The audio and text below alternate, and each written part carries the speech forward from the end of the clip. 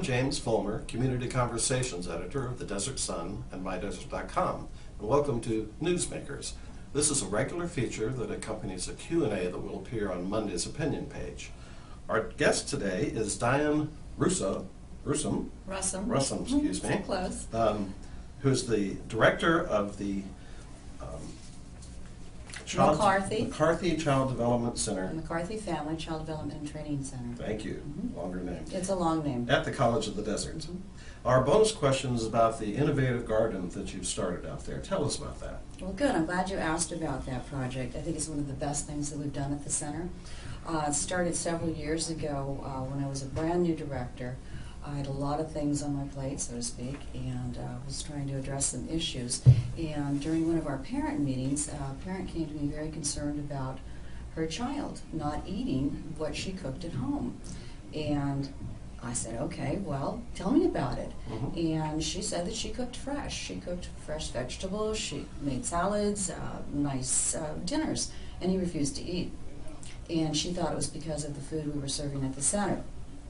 So at that point, I hadn't really looked at the nutrition program. I saw that lunch was being served and children ate it. So I thought, well, I don't have to worry about that right now.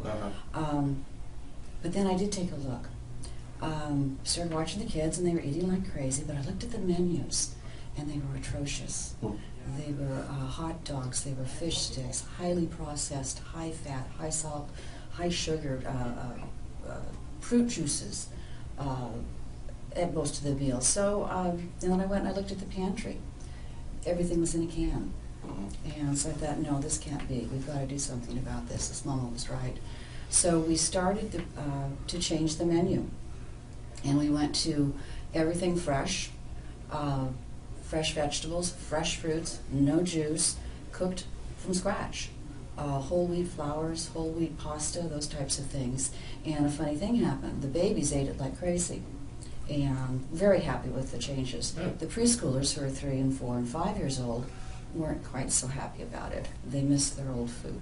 And so they pretty much were revolting and didn't want to eat what we were serving.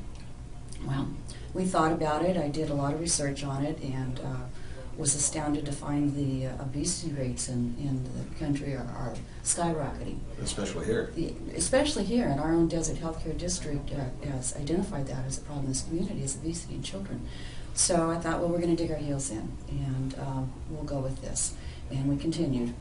And I thought, well, the best way to get children involved or get them to buy into something is get them involved with it. So we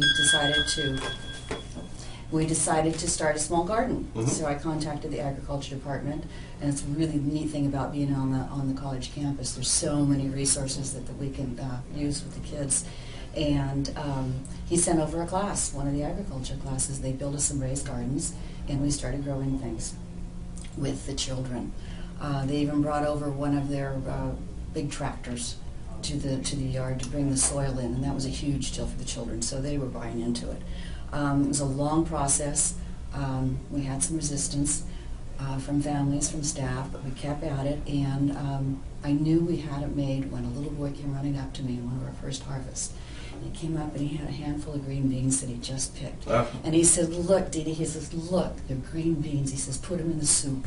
And I was just like, okay, we're in. So we continued with that, and some of the parents really started showing some interest in it and wanted to know more about it. So I thought, well, what better way to get parents involved in the center?